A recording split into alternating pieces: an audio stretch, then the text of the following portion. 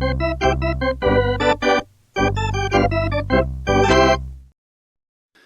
right, Chaz, let's get right to it and some big picture stuff first. As the Reds got through the first full month of the season in first place, best start for this team in 20 years, and they did it without two of their top three starters and with the third member of that group, Andrew Abbott, in the worst stretch of his career until his win on Thursday at the ballpark against the Rockies. On the pregame show on Thursday, I asked my partner, Sam LeCure, I said, what kind of a headline would you write for the Reds through the month of April as they head into May after the first 5 weeks of the season? And I'll start this show by asking you the same question. What's the big story? I'm going to borrow a headline that I used a few days ago. The Good. Reds are leveling up. Yeah. It just feels so much more sustainable and consistent and well-rounded than it did at any point last season. I talked to Andrew Abbott post-game today. He said, it's maybe not quite June of 2023, but aside from that, he was hard-pressed to think of a single month that was better for the Reds in his Reds career than the month that the team just had. And of course, unlike June of 2023, it's not like it's this crazy sequence of events with, Will Benson and Jake Fraley and half the team playing better than they ever went on to afterwards. So with all that being said, it's a team that's playing clean. There's a polish. There's reason to think they'll get better. My big concern and question is going to be the starting pitching depth. But aside from that, it's a good team. The Reds level up, and it's a good team. And, there's still not much belief in the Reds outside of Cincinnati. If you look at, some of the analytics or you listen to some of the outside opinions, they've barely played any division games at all. That's about to change. But to your point, I think the start to this season, I think it's significant because they didn't wait until midseason to start to figure out what the identity of this team could be or is. They did it right out of the gate this season. It is just 5 weeks of baseball. It is just the start of May, but the Cincinnati Reds answered the bell to start the 2026 season. And as of this recording of Power Stacks, Chaz, they are still in first place. Welcome to Power Stacks. Proud members of the Growler Podcast Network, proudly presented by our very good friends, Chaz, at Joseph Toyota of Cincinnati. The season's underway in Cincinnati, 5 weeks in. You can feel it. It's been good. There's been energy, momentum. Reds have definitely found their groove so far. The bats have woken up some recently, and the bullpen has been good all year. The chemistry is building. One game at a time, it's what April baseball is all about as we turn the calendar now to May. But while the team on the field is still dialing it in, there's one team that doesn't need a warm-up period. At Joseph Toyota, it's opening day every day. No slumps, no streaky performances, just a lineup of seasoned pros who bring their A game from the first customer to the last. So whether you're buying a car or truck, trading, kicking the tires, looking around, this is a team that's locked in, prepared, and ready to deliver a win every single time, because in this game, consistency matters. And Joseph Toyota, they don't wait around to get hot. They've got consistency. So as you're tuning into Power Stacks, you're watching the Reds come together this season, remember, there's already a team in town that's playing championship-level ball every single day. Our friends, supporters of Power Stacks, Joseph Toyota, always in midseason form. I mentioned the big picture thought off the top, Chaz, because this is not a big picture show. Coming up on this edition of Power Stacks, we pose this question. Who is Sal Stewart? So far, he's been the National League Player of the Week. He's definitely put himself into the early conversations for National League Rookie of the Year. But what about before this season? What about before he was drafted, or even before he loved baseball? This is the deep dive on Sal Stewart. It's years of reporting, everything we've got, all the best interviews, all the best perspective on the Reds' hotshot rookie, Sal Stewart, 5 weeks into his first full big league season. So, Chaz, with what we want this show to be, how we want it to feel, I'll just start with this question for you. How long have you been reporting Sal Stewart and his story? Where are we right now? Sal Stewart was a guy who I was aware of before the draft in 2022. Of course, and we'll get into all this over the course of the show, but Yep. you had Cam Collier as the first pick. He was kind of the guy in the spotlight. And then Sal was the guy who was the same age and played the same position. Right. But is that the first time this came on your radar? One of the coolest parts of this story has been watching Sal climb up and up and up and up and up onto the radar. And what we'll get to over the course of this show is, noticing him in spring training for the first time in 2023. It's my first conversation with him in 2024. It's visiting Dayton and being told Sal's the guy that year. It's learning about his relationship with Manny and Yonder. It's seeing him at the Futures Game and seeing how much he had his eyes locked in on the prize. It's Sal meeting the moment at Dodger Stadium in the playoffs last year. Like, when I see Sal, when I watch Sal now, I really do think back to all of those moments and conversations and that journey that I've kind of been on reporting about him. And that's kind of the journey I wanted to go through on this show. I love it. We're going to empty the bag, empty Charlie's notebook and Charlie's recorder on Sal Stewart in this show. So this is the show, Reds Country, you've been waiting on about Sal Stewart, because the story of this season has been Sal Stewart so far. It's not just his game individually. It's been his impact on other players, impact on the lineup, his impact defensively. Reds have their best start in 20 years. You could pick a storyline and you can tie Sal Stewart to it in some way. But just to set the table before we start, Chaz, I thought back to what were the questions we had about Sal Stewart 5 or 6 weeks ago. One of the questions was, where would he play in the field? Well, mostly first base, and that's been a rousing success, I think, but he's also played second. He's also played third base. Tito said as recently as today, before the game, we put a lot on his plate, and he's handled all of it. I think some of that has been in the field, but that was one of the questions we had. Another question we had is, with this being the start of a full season, a full big league season, would it be different for him from the adrenaline rush that it was last year with the September call-up and the playoffs right around the corner, all of those things? I think he's answered that question by being better and showing more of himself to this spot. So just kind of where we've come in the last 5 to 6 weeks on Sal Stewart kicks off and sets the table for this show. So in the leadoff spot today, on the Sal Stewart Deep Dive, Sal Stewart has been known to say, Miami is in my blood. So this is where Stewart's family starts. This is where his story starts. This is where our show starts, Chaz. Take us back to a kid growing up in Miami. You can't tell the story of Sal Stewart without telling the story of Sal in Miami. And it's not just that. It's Sal.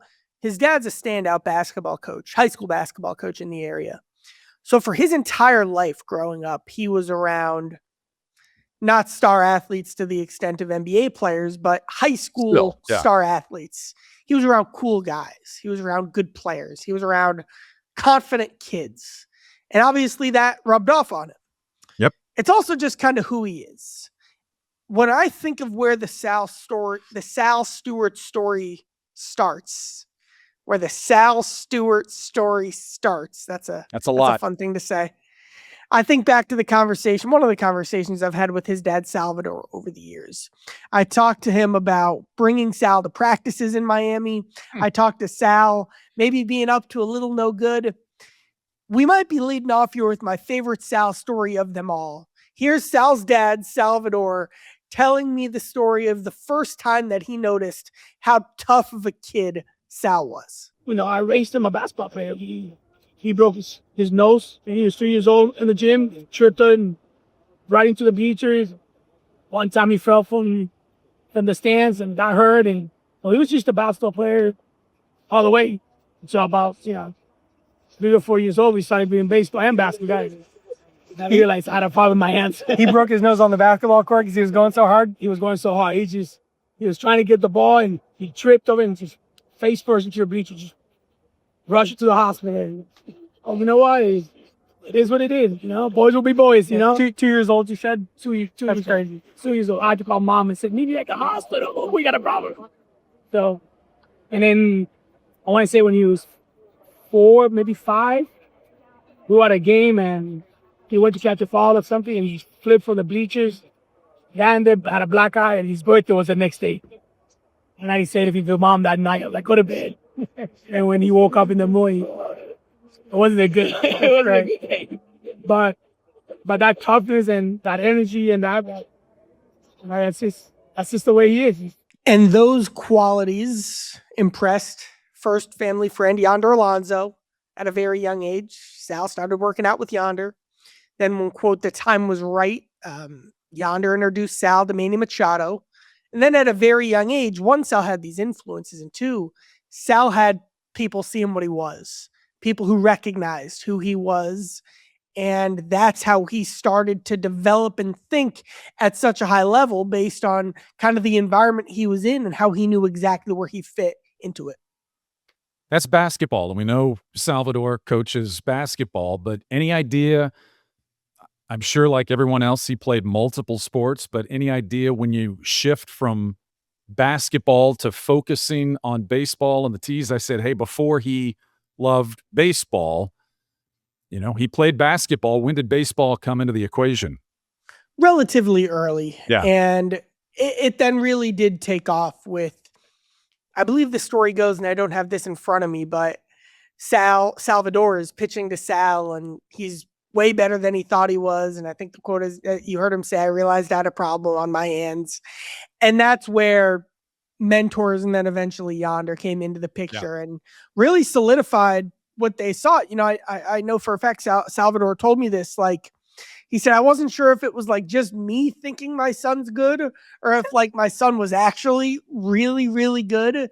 And he was, and kind of Salvador thinking that and being a coach himself, he knows what he is for basketball players, being a clear set of eyes looking on other people's kids. And he wanted that same sort of mentorship around his son. And that's why it was so important to be working with such a young age with people at the top of the game in baseball. So Sal eventually then went full-time on the baseball field. And baseball takes off for Sal Stewart. You fast forward a few years, he becomes a prospect. He's in high school. 2021, he was co-champion of the high school home run derby at Coors Field in Denver. You can go back and watch that online using aluminum bats. And think about that. So he's co-champion of the derby. He reportedly hit a ball 533 feet. He had 117 off the bat, 118 off the bat. Power was there early, but as we talk our way through this, there was a process to him becoming the hitter that he's becoming now, where you go power, you go more line drives, and it evolves, but power was there from the start. He had committed to Vanderbilt before the 2022 draft, like a lot of these stories go. And for that draft, let's set that up and just give context on that draft. The 2022 draft, 31 players were selected ahead of Sal Stewart. Number 1 pick that year, Jackson Holliday. He has the pedigree, has all of those tools, and he's in Baltimore right now. Other names you might know, Cade Horton went to the Cubs, but he was a college player. Zach Neto went to the Angels, also a college player. And then you already mentioned Cam Collier at 18 is the Reds' first pick in that draft. And the pick that they have after the first round is the compensation pick for losing Nick Castellanos in free agency. And with that pick, they take Sal Stewart. And I went back and I was looking at that draft and listening to some of the analysis about that draft. At the desk at the draft at MLB Network, you had Eduardo Perez, who knew Sal from Miami, obviously. And some of the things that Perez said about Sal that night after the pick was made, he said the personality is there, the leadership is there. And then he talked about some of the scouting stuff about his body, needing to work on that as he gets older. And I think we can see now that maybe the first phase of that, addressing what he was initially profiled as body-wise has happened with the weight loss that came with the start of this season. But Eduardo Perez said, quote, "He knows he belongs." And that's part of the battle. He was the biggest personality at the high school home run derby, and he really took over at that place. So when you start to piece together what some of the scouting reports looked like before the draft, let's take it now the next step. The next step in his career, the hard-nosed kid from Miami, who everyone knows can hit and has a personality, is taken 32nd by the Reds. And the story goes where from there? Something that impressed the Reds in the pre-draft process was when they got eyes on him, they watched his routine before games, his pregame routine. And he had this T routine that he did, and he was so deliberate and he was so meticulous about it. And 18-year-olds, that's not how these guys go. You know, if you're listening to this and you played high school baseball like I did, like, we didn't have a swing routine. We didn't have it set off the tee that we did before we played. But Sal was treating these games like a pro. And that's, again, a part of how he was raised, how he was developed. You talk so much about his power, but an essential part of the Sal Stewart story is he's never wanted to hit for power. That's not even how he views baseball. It's almost like, you know, you see basketball players who say, you know, like, I want to be more of a guy who gets to the rim. And they never, you know, prioritize that 3-point shot. Well, that's Sal. He's going to hit maybe 30 homers this year, but throughout, you know, pre-draft, you know, reports and all that kind of stuff. And then, of course, me talking to him through the course of his professional career, he's never been a guy who has really prioritized hitting for power. We'll talk a bit later about how that helped him when he was in the minor leagues, but that in particular, the combination, really the advanced hit tool combined with the power ability drew him to the Reds. Now, you know, he obviously wasn't a perfect prospect. They picked Cam Collier over him. Of course, we like, you know, Cam Collier. Let's see how this goes. He's got a long journey ahead of him as well. But it's not like Sal was this no-brainer top 20 pick. He fell to 32. A big reason was, you know, the knock. It was kind of a bigger guy, not going to be the most dynamic, agile defender. You know, maybe he'll just be a below average first baseman who doesn't offer you versatility and also isn't going to hit 40 homers. So what is that? You know, that's not necessarily the type of draft profile you target. It's just like you don't draft like a nose tackle, you know, just a run stopping nose tackle who can't rush the quarterback or a blocking tight end in the first round. Positional value, those guys tend to fall. And positional value, you saw that leading to Sal falling in the draft in 2022. And I don't know if you know this about Sal, Brian. He's got a bit of a chip on his shoulder. Have you picked up on that? It seems to have been fairly obvious from time to time. There is Miami in him, as you say. So here's a piece of my very first interview. Go ahead. Yeah, I just wanted to say a couple of more things and then tee this up for you is, you know, going back to why he fell or why he was available where he was available. And you've talked about, you know, how would he fit? One of the other scouting reports said, obviously he can hit, but the body is less projectable. And that plays into what you talked about. He was kind of profiled that way. So let me get you to that next piece of sound. And that next piece of sound is brought to you by the advertising suite from R&A Marketing. You've seen their work. Anyone who's familiar with the Growler has seen their work. They've done that. They've been around a long time. This is their new specialized suite of services that can help you and your business. The advertising suite is a dedicated service network designed to take your brand's digital strategy and ad performance to the next level. So if you want your business to have that professional edge and technical precision, you need a team to do that for you. Most of us can't make that happen. These guys are experienced that way. They know how to do it. To see how they can help you and help your business grow and get that digital strategy where you would like it to be, check out theadvertisingsuite.com. They support the Growler, they support Power Stacks, and they take us now inside the clubhouse with Sal for the first time, Chaz. And when you say first time, this was my first interview with Sal in spring Ah. training of 2024. And it was getting to know him. I had no idea that he had a relationship with Manny Machado and Yonder Alonso. This is where I learned about that. It's where I got, a feel for the personality for the first time. And so in this first conversation with him, I asked him about the draft process, and I will always remember his answer. Here's what Sal Stewart said when I talked to him back in 2024 about the 2022 draft. Yeah, I mean, I think sometimes people just say things without watching. I think that's part of it. I feel like I've put in the work as well. I've had good off seasons. Kudos to my trainer and the people I train with. But yeah, I mean, I feel like I've just been who I am, and sometimes we go based off what we see, not what actually is going on. So, but I'm excited for the season. I feel really good, and honestly, I'm just gonna continue to do what I do, and whatever happens, happens. Where does the chip on your shoulder come from? Kind of just everybody always telling me I couldn't. I mean, that's just who I am. It fuels me. It's who I am. And I wanna take care of my family. I wanna be that guy that tells my parents that you don't have to work another day. I want to be that guy that we win a championship here and everyone's watching us play in the World Series. So, I mean, there's a lot of things that fuel me, but I'm just excited to go out there and wherever it may be to start and play how I play, and whatever it plays out, plays out. Think about who Sal Stewart is at this point. I mean, no offense to you listening at home. You listening at home probably didn't know who Sal Stewart was at that point. Right. He was not a top 100 prospect. It's funny. We're about to hear a bit of this.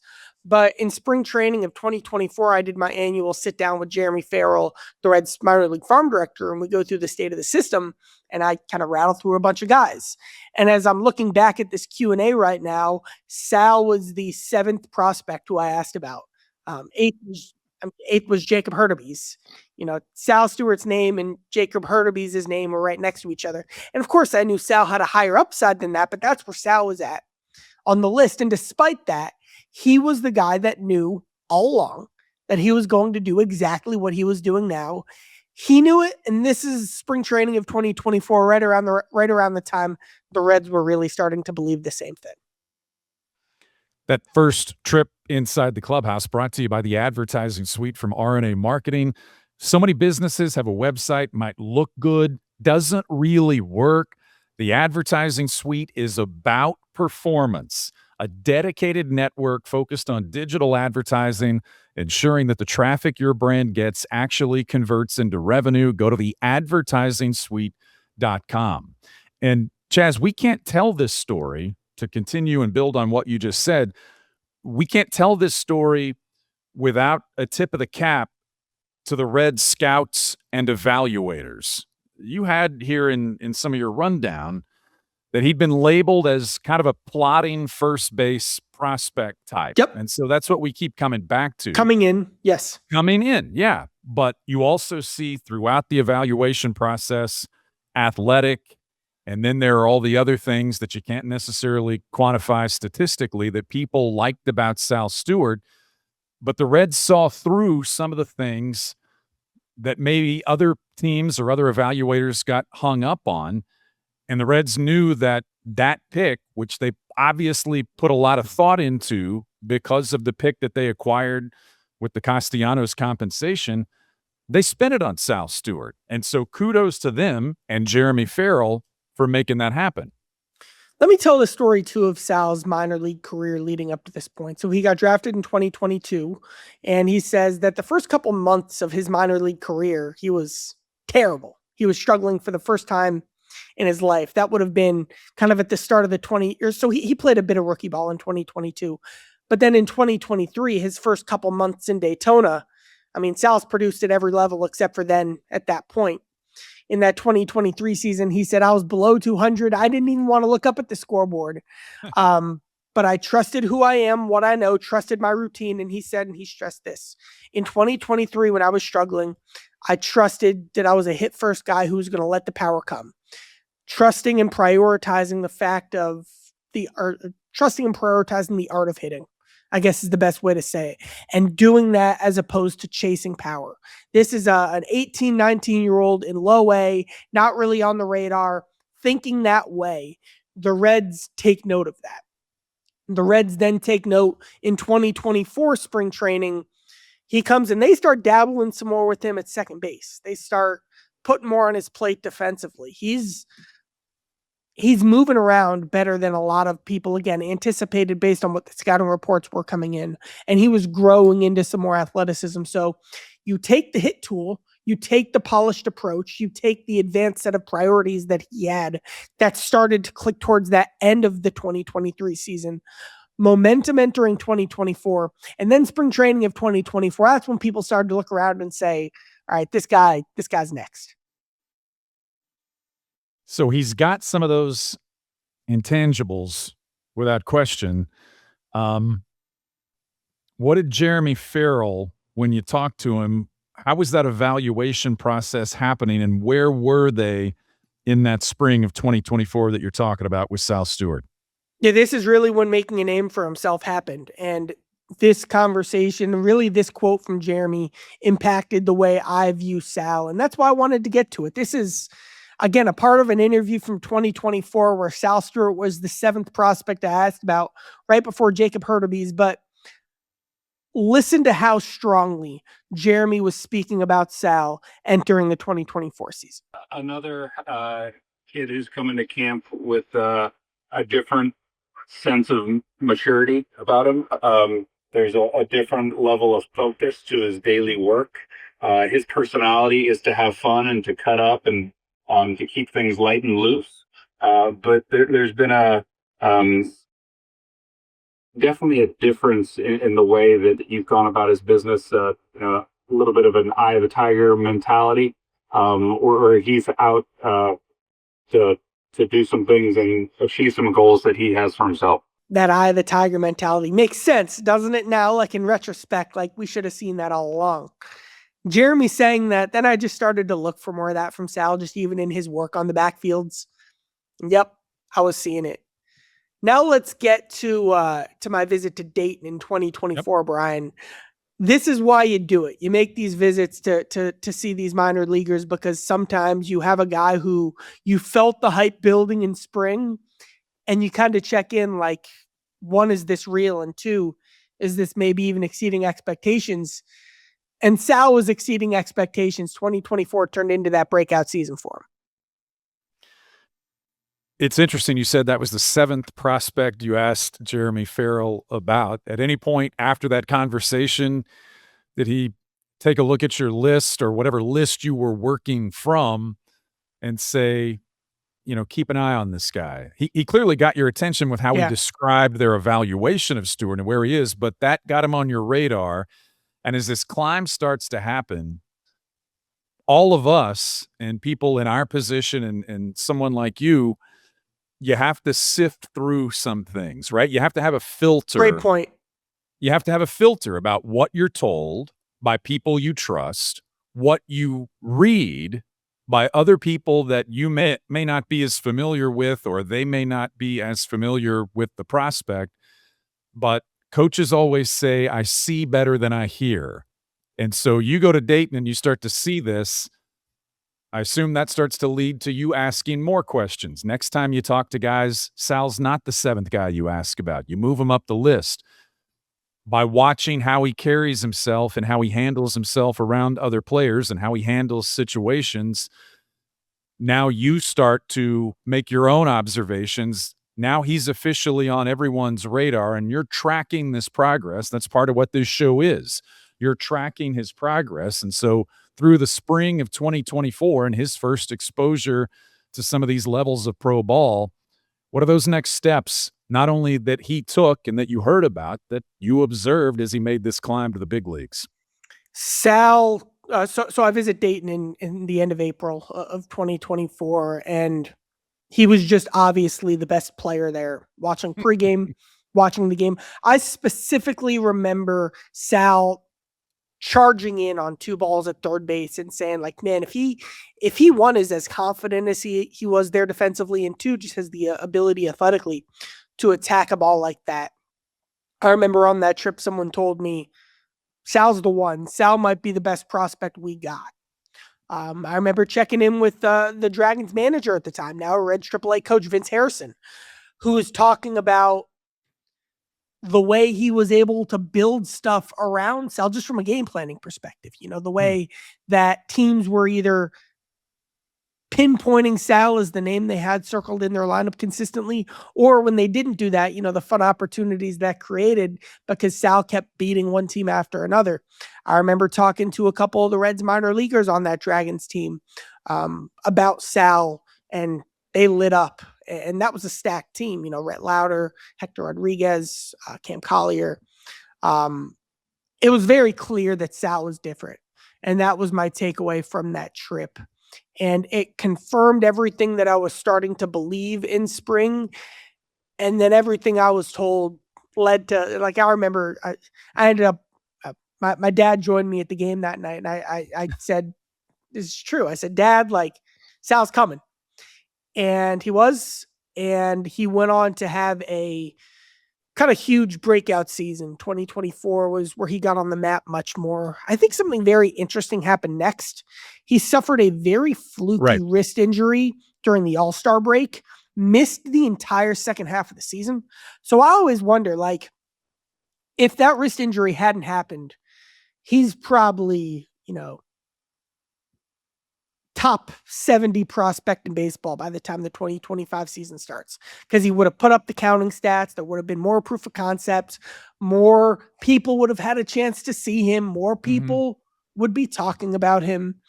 Obviously that didn't happen. And I think that injury led to him still somehow flying under the radar entering 2025. But I was trying to tell everyone I could that Sal's coming. Should have had your dad on the show. Your dad. I'm going to fact check you with your dad sometime and see if he remembers you saying Sal's coming as you're watching Sal Stewart. But the injury slows things down. The accelerated pace at least slows down. But the word is out, right? Yeah. People are talking about Sal Stewart by this point, and they're talking about him differently than they talk about some other prospects. But I love the perspective not only of, scouts and evaluators and front office types and managers, but I love the opinions, and I love where we're going next with teammates, guys who were in the same boat, just trying to make their way up the ladder. Some highly thought of, like Rhett Lauder, more highly thought of than Sal Stewart based on his draft position and where he was taken. But to get that sense of what are the guys in the clubhouse who are on the same journey with him, what do they see and what do they say? I'm going to go to get there. I'm going to go back to something you mentioned earlier, which is like my filter. I was in on Sal. I had felt like the conversation wasn't necessarily all the way there yet to the level it should have. So in a way that I hadn't since Ellie De La Cruz was an A-ball, I in spring training said, you know what? I'm going to write the big feature on this prospect. I'm going to write the he's next feature, which is a card I've pulled twice, once with Ellie, two with Sal. I covered, I've covered all these guys as prospects. And I've written about McLean and Marte and Steer and Arroyo and Collier and Burns and Lauder and all these guys. But I wanted to, through the way I told the story, put a red star by Sal's name and kind of elevate that not elevate the conversation, but emphasize that conversation. Mm-hmm. The only time I've ever really tried to do that was with Ellie. When Ellie was coming up. So literally, I think story number 3 on my list, speaking of lists, on my list entering spring training, it was 1, vibes and expectations, 2, the next step for Ellie De La Cruz, 3, Sal Stewart's next. Those were my story ideas entering spring training of 2025. Sal was in big league camp, and I go, all right, I'm going to write this all the way out. And everyone was on the same page with me. I remember joking with a Red staffer that if you're not on the Sal hype train now, the train is leaving the station. It's taken off. And it was. And so as I reported that story, I went to the guys who Reds fans would know, who could speak to Sal. So here's just real quick. before the 2025 season, what Rhett Lauder and what Luis May told me about Sal, having played with him, they kind of added fuel to the fire and steam to the hype train. Started the year with Sal Stewart last year. What's impressive about him as a hitter? He's just, I think what I tell everybody is just way more mature than his age. I mean, he just has a great approach and he just plays the game the right way, especially for how young he is. It's actually really impressive. He's pretty educated to his young age. He got like well known about the strike zone. He got juice too. He got willpower. So he knows how to do it. He knows how to do it all, like in his young age. So he just projected he will be like one of the best hitters later. That last quote from Luis May was, he projects like he'll be one of the best in the game. Yeah. Everyone who had seen it saw it. And then what happened is that momentum that he wasn't able to generate because of the wrist injury in 2024, that happens in the first half of 2025. He's in AA for the whole first half of the 2025 season. He does so well that he ends up winning the league's MVP award for the whole year, even though he only spent half the year in AA. And those big hits and those stat lines that he was putting up in AA, I think that's really when he got on the map in terms of every Reds fan knew the name, and he was now on top 100 prospect lists, and he was a circled prospect, kind of how he was regarded. Everyone knew it was coming, but then it was really that first half of the season in AA. By the way, in a league you look at park factors, almost impossible to hit for power at that level, specifically in the first half of last season in the Southern League. What Sal was doing in the way that stood out, that's kind of when the hype train was gone, with no turning I can back. verify, and I can personally verify that the 2025 season, last season, you were definitely on the Sal Stewart. That's when I first started hearing you telling me and other people, and then first start asking some of those questions, probably about halfway through the 2025 season, when you said Sal Stewart and Hector Rodriguez, Sal Stewart and Hector Rodriguez. And then as the season goes along, it starts to focus obviously more on Stewart, and would he be in position for a September call-up? Now, managers and front office guys, folks at the big league level, 9 times out of 10 are very quick to say, let's not get ahead of ourselves. Let's not get ahead of ourselves. The hype, they see the hype train, they hear the hype train, they know it, but they have to play it that way. Let's not get ahead of ourselves. So Terry Francona was getting questions from you and other people about Sal Stewart, if there was an opportunity with an injury or the Reds just needing something as we got to the second half of the season. It was, hey, let's not get ahead of ourselves. But things started to come into focus. And before we get to that part, I mentioned the high school home run derby earlier in the show. By midseason 2025, you got the Futures Game. And typically, it can be a showcase for that next level or that next wave that's about to vault into big league baseball. And he's at the Futures Game in 2025, as is my reporting partner, Chaz, with his notebook. What did you find out to advance the story mid-season 2025 about the pending arrival of Sal Stewart in Cincinnati? So this was a fun day for Sal, because he plays in the Futures Game, and literally that night he gets promoted. After the game, they call him and say, you're going to AAA.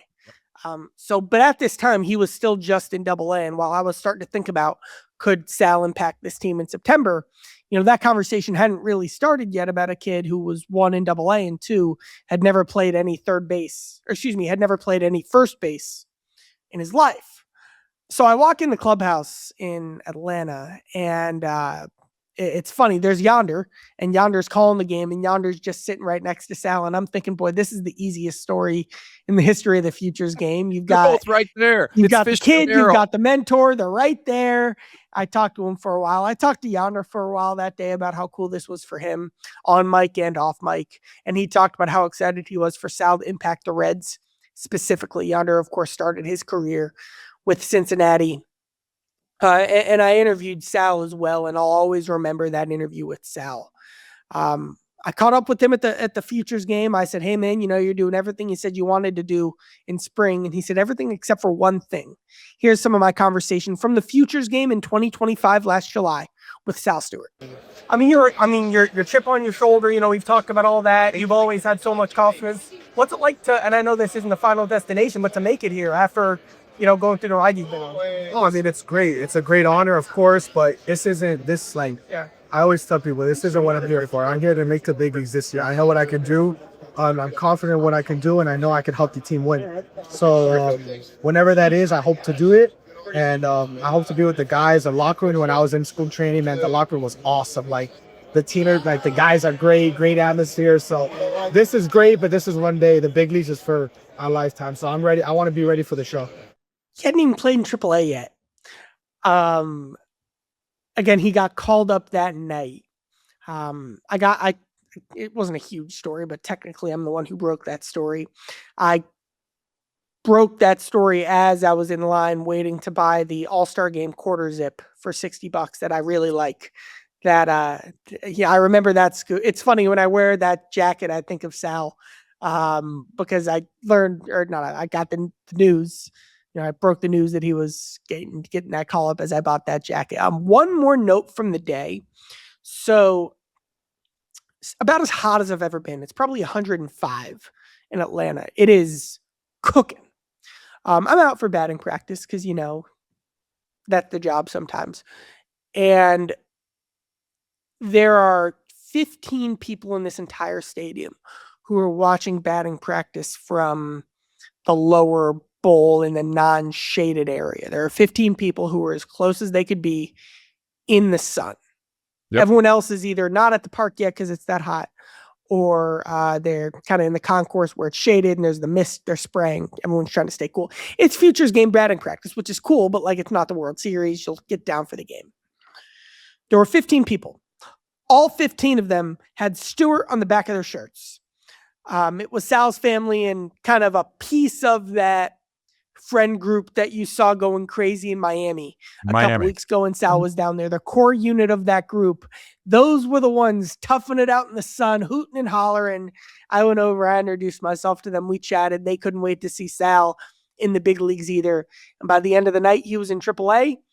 And by the end of the week, we're asking, all right, now is he getting called up? Now is he getting called up? Now is he getting called up? And that played out over the course of the second half of the season. That group in Atlanta foreshadowing for the group in Miami where, as you said, the Reds and Stewart were a few weeks ago, where he performed really, really well. For the next part of the story, I want to call it Charlie's Notebook, and I want to single out Charlie's Notebook for this next part because in this section, we're going to unearth some things that have been in the notebook for some time and haven't necessarily seen the light of day yet. So this is Charlie's Notebook. And he gets the call up, and I'm thinking back to, I was going to ask you this question before I realized where the story was headed. I was going to ask you, when did you first hear Terry Francona say, one of the most advanced young hitters I've seen, advanced young hitter? And it's right about this time on the timeline, Sal Stewart, that those things started to happen because Terry Francona, quite frankly, started getting those questions about, hey, the kid you just bumped up to AAA. What do you remember about that? Tito saw it in spring just like he did. And then in the middle of July, he really, I guess the word would be relented to the hype. We all know Tito. Tito isn't going to say a word that he doesn't mean. And you knew that he meant it and you knew that he saw it with Sal because of the approach at the plate and for all the things we've stressed. It's just who he is. Now, the question was, where is this guy going to play? Yeah. And this will get into our next part because they start to introduce, that's the word they always use, first base to Sal. He's practicing, he gets a game, but they really want him to work at it. They don't want to just throw him into the fire. Boy, did they end up throwing him into the fire. He obviously ends up getting called up with just 17 total minor league innings at first base. That's one of the stats that I just have memorized. It's because it's that shock. It was so unfair to the kid. they truly rushed him to the big leagues because his bat was so far along that the glove couldn't even catch up yet. Not that he wasn't a good defender, but obviously the first base glove, he didn't even have a first base glove. I believe that Yonder sent him his first base glove so he'd have something to use. So now let's get here to the notebook. Gets called up September 1st, makes a splash. The numbers on the whole are good.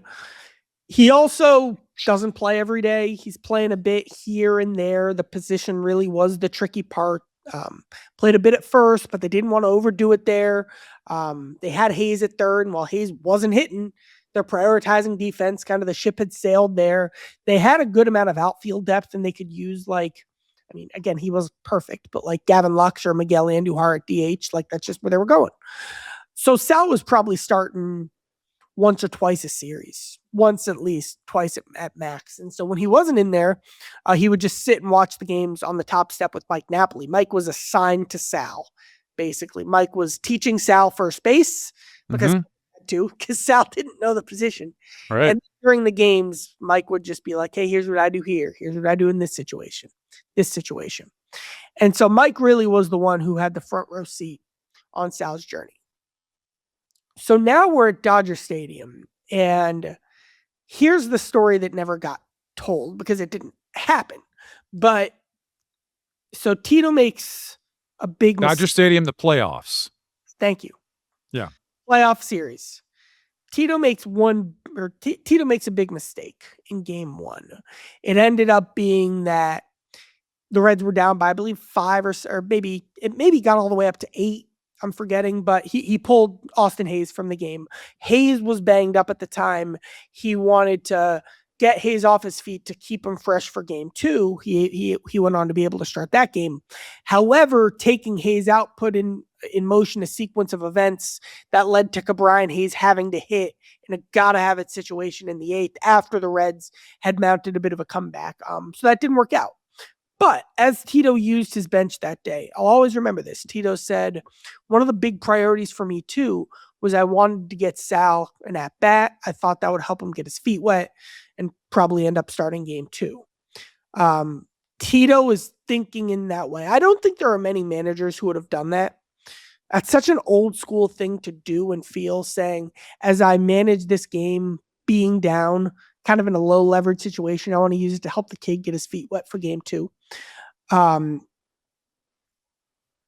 That stuck with me. That rung a bell. And it almost reminded me of like some of the classic stories you hear of Tito pulling levers in Boston. Of course, the famous one is like, he used Wakefield in a down game to get through a game and save the bullpen. What would that be in game 3 against the Yankees?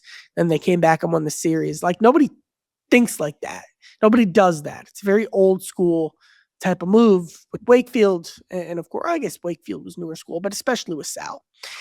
And so with that being the case, I just had a feeling that Sal was going to have a big game too. I just felt like Tito had gotten it right as I thought about it overnight, kind of as I slept on it. So the afternoon of game 2, I'm thinking there's a chance, because you prepare for these possibilities. I'm thinking there's a chance that Sal might be the hero at 21 years old in Dodger Stadium. If the Reds win, I believed in Sal.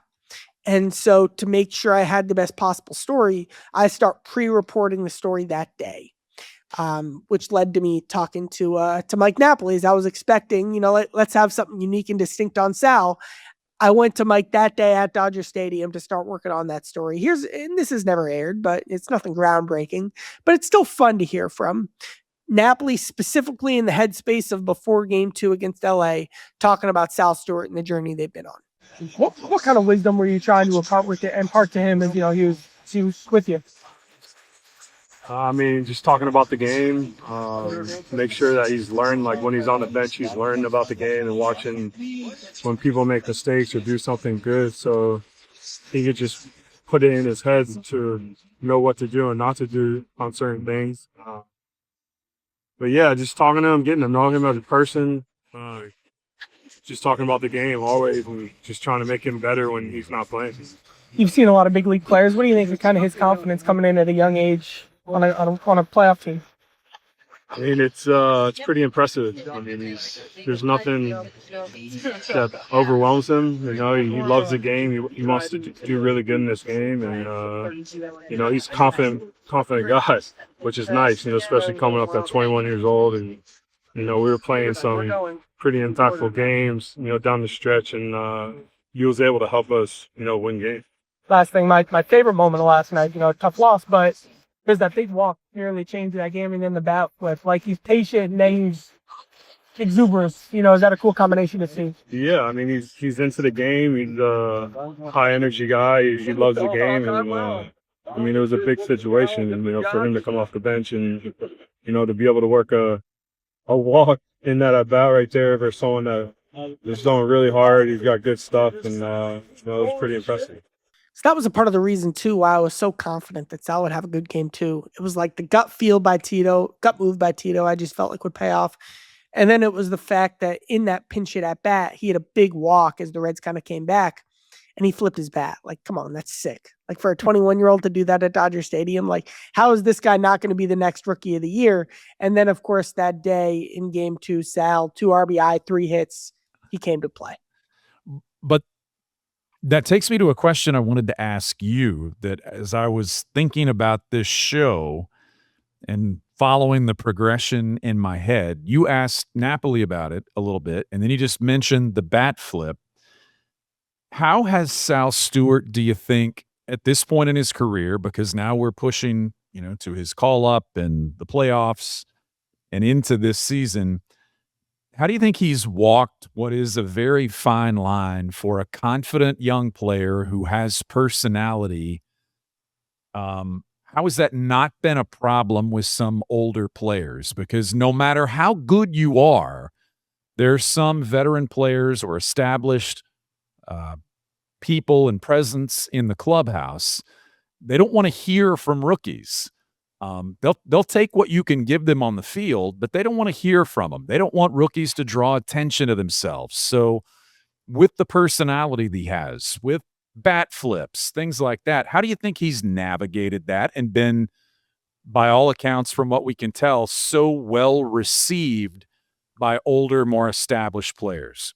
Well, the Giants did not throw at him, but point at him and yell at him in that but internally, you love playing with him, you hate playing against him. I think a part of that is kind of a part of the legacy of the 2023 Reds. I remember the young veterans on that team. I remember this was really important to Jonathan India. The rookies, you're not rookies. You're one of us. You're part of us. So the guys who were treated that way, where I know he technically wasn't a rookie, but he basically was. TJ Friedel, Spencer Steer, Ellie, McClain. That's half your starting lineup right there. And obviously Stevenson was a part of that younger veteran core who made the call. There's going to be no rookie hazing. We want these kids to be authentic, to be themselves. We believe that's what helps the team the most. They're some of our best players. Let's just treat them that way. And I think a part of the legacy of the 2023 Reds is that's how those rookies were handled. Abbott, throw him in there. And so those guys are a part of the veteran-ish core now. And that's how they treat Sal. That's how they treat Chase Burns. That's how they treat Rhett Lauder. Another Reds, obviously, something they've adjusted over the last 2 years is they've added more winning veterans. Your Brady Singers, your Emilio Pagans, your Jose Trevino's. Last year it was Austin Hayes, Gavin Lux. They've made a point to add those types of players. Obviously, this year, big one I forgot is Suarez, and then Nathaniel Lowe. Right. They're a part of it too, but I watch these guys interact. You should watch, I guess, if you ever get the chance to just watch Nate Lowe and Stewart field grounders at first pregame, there's an equalness there. And in the clubhouse, of course, Lowe's the guy who will speak up, but Sal gets to be himself, and he's empowered and he's respected in that way because he puts in the work. As long as you put in the work, that authenticity is valued, and the Reds love it and they love Sal. I think teams need that. So now, just to follow the timeline, we go from that impression that he made in the playoffs, in the postseason for the Reds against the Dodgers, and you go into the offseason. And so I'm curious about what Sal walked away from the 2025 experience, what he walked away from that with, that he carried into the offseason, because I want you to bridge that time from the Dodgers series to spring training. And physically, it's easy to see what was different about Sal Stewart when he showed up in Goodyear for spring training in 2026. But all of the other things, what he took mentally and what he took into the season about being himself and how he made all of that from the very beginning, made an impact, but certainly was always seemingly true to the person and the player that you talked to 2 years before when he was telling you those things. That's what we've seen early in 2026, and I assume it started in spring. He hasn't changed. He's Right. done exactly what he's promised. I go back to him in the post-game clubhouse in LA, because as well as he played in game 2, he had a big error. Yeah. And he took it hard. And now part of that was he probably shouldn't have been playing first with that little experience at first in the first place. But we told this story the night of, like, the vibe in the clubhouse was 25 guys, and then Sal was beaten up by it. And that was, he says it haunts him. That was motivating for him. The agility and the athleticism that he'd built and continued to develop over the course of the offseason. He had a long conversation in November with Tito about it. And did he take it to heart? Some people say that. A lot of people have been told to get into better shape. And the way Right. Sal attacked that shows everything you need to know about him. And then, like, I'll even go back to just two small interactions at Reds Fest. One, him physically. He sees Tito for the first time, and Tito literally punches him in the stomach because he looks so good. You know, the abs look so good. And two, like, because Sal was being pulled in a million different directions, it ended up not being a sit-down interview with Sal. It was more, I'm sorry, I got 3 minutes. Let's just kind of knock this thing out, which happens. That's totally fine. But usually, I mean, this is just how it is in any sense of life. You know, the conversations you have brushing into someone in a room, you know, at the grocery store aren't the same as when you're sitting on the couch, leaning back, chopping it up. But even though this was just more kind of a casual interview with Sal, a quicker interview, I ask a question. He goes, "Yep, I'm just going to try to win Rookie of the Year this year, and I think I'm going to be really good, and I'm going to win Rookie of the Year, and that's my goal. This is at Reds Fest." Yeah. And so the fact that Sal was in that headspace, almost even that, like, he just woke up and he just thinks like that. Like, that stood out to me with him heading into spring. And then in spring, you saw it. And shout out to the free throw shootout, which is one of the best moments of Sal's career. And then, boy, in the season, you've seen it, seen him pay off on everything he said he was going to do. We just came out of the Reds Hall of Fame weekend, and listening to the speeches at the ballpark and speeches at the dinner on Sunday, it was Reggie Sanders, friend of the show, by the way, now. Reggie Sanders and a couple of other people brought up the point that you hear, and it's good to be reminded of in sports, you have to hate to lose. And we've said it before, Sal Stewart hates to lose an at-bat. He hates to lose games, certainly. And we've started to see that early in this season.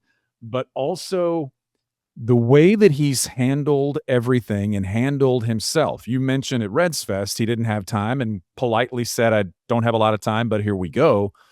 Early in the season here, as well as he's played, it's interview after interview. Yeah. In the clubhouse and nationally. Not only are local people or visiting media in the Reds clubhouse going to number 27's locker, and I've watched how I think early in the season, you know, he was in there and didn't turn anybody down. It came in waves, and you know, that'll adjust and that'll change a bit, but he very graciously handled all of those. And then watching the number of interviews he's done with MLB Network, I watched a couple of them, and I said to myself, and I think I said to you, he's not going to do anything to cut down on the interview requests he gets, because he's been really good in all of those interviews. One of those was the one that I keep coming back to, where he compared, you know, the the at-bats to having different clubs in a golf bag. Those are the things that they keep people asking to hear more of Sal Stewart, to get to know more of Sal Stewart, the way that he's played and the way that he's handled himself in those situations. That's been part of the story of the 2026 season. So as you hit the first full month of the season, the end of April going into May, he leads baseball in runs driven in. He's checked the box of handling himself as a big leaguer. He's checked the box of handling some of the pressures that come with playing really well. And so that brings us to our Only the Best, presented by Joseph Toyota of Cincinnati, because I think one of the best parts of this show has been building to how he feels at this point, going from the draft in 22 to National League Player of the Week early in 26 to being on a good team and being one of the best players on a good team and handling everything that comes with that this young in his career at 22 years old. That was my kind of thesis entering this interview with him that we're about to hear. It's you just heard him across his whole journey talking about himself and people talking about him. And everyone knew and everyone kept highlighting what's going to happen, what he's going to be. How does it feel to be doing it, man? Like you'll hear me say to Sal, like you're famous now. Like he's at that stage where he's just at not quite the epicenter, but in towards the center of the baseball conversation. Everyone's talking about him. Everyone's buying their Sal Stewart jerseys. Teams are circling his name as they game plan for the Reds. I listened to AJ Hinch, Tigers manager, the other day, talk about how you have to game plan for Sal. And when you face the Reds, he's the guy you can't do it, but double team almost, to borrow a sports metaphor. Like that's the type of attention he's now getting. Now, of course, Sal won't hit 300 his whole life. He'll have ups and downs. He's not entirely worried about that. You'll hear him discuss that a bit in this interview. But he's doing it now, and the confidence that carried him to this point, plus the emphasis of being authentic and knowing that he could lean on that once he got to this point, that's been a compass for Sal. Kept him going in the right direction because he is famous. He is doing all the things he said he wanted to do, but his preparation got him here, and his preparation impacts the way he's handling it all now in stride. So in the clubhouse the other day, I caught up with Sal at length. Here's some of that interview. Me and Sal Stewart chopping it up on what this 2026 season has been like for him. Playing every day in the big leagues now for a month. What's the biggest thing you've learned? Man, honestly, just continue doing what I do. You know, my preparation is getting me in a good spot. So, like I said, I trust in my preparation. I trust in the work I put in before the game. And so that allows me to go out there and play confidently. Was there anything you changed with your prep either after last season or even so far this season that you feel like has unlocked something for you? Nope. Stuck with the same thing that's gotten me here, you know. And I trust in what I can do because of my preparation. So I'm happy with where I'm at, but at the end of the day, you can always continue to get better, and I'll be doing that. So I can always find tweaks to my preparation, but at the end of the day, the base of my stuff, I know it works for me, and I just got to go out there and execute. Is there a part of your game that you're most pleased with, that you're most proud of, that you're executing right now? Yeah, the wins that our team is getting. This isn't about me, it's about the team. So whether I'm going well, whether I'm not, the win column is the most important thing. How has it been like getting more famous? Everyone's talking about Sal. What's that been like for you? Nothing, man. I'm just like everyone else, man. I'm human, and I care for other people, and man, I'm just a follower of Christ. So I'm so happy that everyone feels highly of me, you know. And I just hope that I'm glorifying Christ and everyone can live through Christ to me. Obviously, I'm not perfect and I make tons of mistakes, but that's why he died on the cross for this. So, yeah, man, I want to be someone that the fans can relate to. You know, I'm just like them. I eat, I breathe, I walk, I have a family. So, yeah, man, I really don't try to look into it. I just I want them to be able to relate to me and understand that yeah, I'm just like one of them.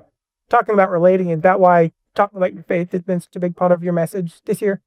Yeah, I always talk about it, and I wouldn't be here without him. So, um, I'd be a fool to get all these accolades and not give him praise. He could take it away in a heartbeat, and I understand that. So, um, he gives me everything that I don't deserve, and I just want to glorify his name.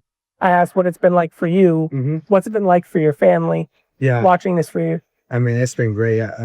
They're so happy to turn on the game every day, man. They're watching their son do something he loves. So, they're able to enjoy it, and I'm so happy they're able to, because they put in a lot of time and effort. So I'm so happy for that, and they still look at me, and they make fun of me, because that's what parents do. So, they just look at me as their son still, and that's all I could ever ask for. So, I have the best parents in the world, and I wouldn't trade them for anything. What do they make fun of when you're hitting 3 whatever with the whatever OPF? My mom sometimes says, and my dad, or I was like 2 for 4 and hit a home, and they'll be like, "Hey, but what happened to the other two?" So, no matter what, they'll always want better for me, and that's what's pushed me to be great. So, um, I haven't done anything yet. It's still really early in the season, and I got a long way to go. So, I want to help the team win. And yeah, I'm confident what this team could do. Have pitchers started to adjust to you yet, or is it still what have you seen them try to do? Yeah, it's always a cat and mouse game, man. When you first get up, they kind of just throw the heater and see where you go with the heater. And I've had success off the heater. So these pitchers are really good. They get paid to get me out as well. So pitchers are different organizations kind of do it differently. Different pitchers do it differently. So you just have to understand the game, watch the game, pay attention to how they pitch everybody else, and it'll benefit me. So obviously pitchers are going to get more information, like we knew it was going to happen, but at the same time, I'm also getting information on them. So it's a good cat and mouse game, and that's what the big leagues is about. It's chess in between the lines. The coolest thing I enjoy watching you do is, let's just say, not your best swing, you swing and miss, maybe even to make it a 2-strike count, you step out, you always nod. What are you thinking in that moment as you adjust and recenter heading into a 2-strike count? That I'm right where I want to be, I'm right where I want to be, 0-0, 1-0, 0-1, no matter what, I'm confident in my abilities, the same way the pitcher's confident in his abilities, When you step in that box, it's a battle against the pitcher, and these guys are really, really good, like I said. So I don't like to give pitchers too much credit, because they're damn good. They don't need it, but they are very good, and they get paid to do it as well. So when I'm in there, I'm just competing the same way the pitcher's competing, and I love what I do. With 2 strikes, Sal Stewart has 14 RBI. That's the second most in baseball. He's an 840 OPS and 5 homers with 2 strikes. With 2 strikes. That's by far the best on the team. He's second. There's not even the next best Reds player from an RBI perspective with 2 strikes is Eugenio Suarez, who was a 571 OPS with 2 strikes, as opposed to Sal being even well above average for any count, just with 2 strikes. And that's him in a nutshell. He's in a spot that's not ideal. He shakes it off, he nods, and he's confident. And he has a plan. He's very good at coming up with and staying consistent with and executing a plan. That's something that Chris Faleka stressed. Now, I guess, of course, I have to make the caveat, it's been a month, or I guess it's been 2 months now for him in the big leagues, and he'll have the highs and lows, and he'll ride the wave, and yada, yada, yada. You get it. But this guy's just good. And if you look at it as a bigger sample size as just this month, even just the last 2 months for him in the big leagues, going back to last September, it's just all the things that people have been talking about with Sal since the Reds drafted him. Look at it as a bigger sample size than just what he's done in the big leagues, because what he's done is everything that the plan has been for with Sal since he was the prospect that people were telling you, under your breath behind closed doors, like, hey man, Sal's next. And that's I'll end with this. That's part of the beauty of baseball too, is seeing a guy go on this journey and then kind of the reward of seeing them make it in this way. It's pretty cool. And I think we're going to be watching Sal continue on this journey for a long time. From Westminster High School in Miami to now in the big leagues with the Cincinnati Reds, that's the path for Sal Stewart. And Chaz, I hope we do this again with a different timeline than we had for this one. And something tells me the way that he plays right now, we'll have the opportunity to do that. But I go back to even, before the season started, our visit with the Cowboy, Jeff Brantley, and he had already seen some of the things that we've now seen through 5 weeks of big league baseball, that the way Sal Stewart plays, specifically the way he approaches an at bat or a situation or a count, pisses pitchers off, frustrates defenses, and draws the attention of the opposing team. And so we will remind ourselves, everyone will. This is early for Sal Stewart and early for the Reds, but what a great story for the Stewarts, what a great story for the Cincinnati Reds, and a great story for baseball, because when you churn out these great young players that are charismatic, it's great for the game. And right now, Cincinnati's got that in Sal Stewart, Ellie De La Cruz, Chase Burns, Rhett Lauder. There are a lot of reasons to watch this team right now, but I love the timeline and the deep dive that we did on Sal Stewart today. Great reporting on your part. Thanks for saving all that stuff from the last couple of years. And we hope that as you listen or watch, that we've kind of packaged it up neatly for you, and that maybe now you watch Sal Stewart a little bit differently the rest of this season. Maybe you know him a little bit better, and that's what we wanted to do with this show on Power Stacks. So, Chaz, hats off to you. Thanks for this. I had fun. I enjoyed talking about Sal Stewart. And you still believe and are still very much on the Sal Stewart train, the hype train. I know you are. Our thanks to everyone involved. Thanks to producer Kent. Thanks for watching and listening. You can email us, powerstackspod@gmail.com. You want to partner with us? We can do that too. This would be a show that if you're a business interested in partnering with us, this would be a show I would share with you and say you get this type of content and this type of storytelling for Power Stacks and nowhere else. Like, subscribe, and share, and we'll see you next time on Power Stacks. Take care.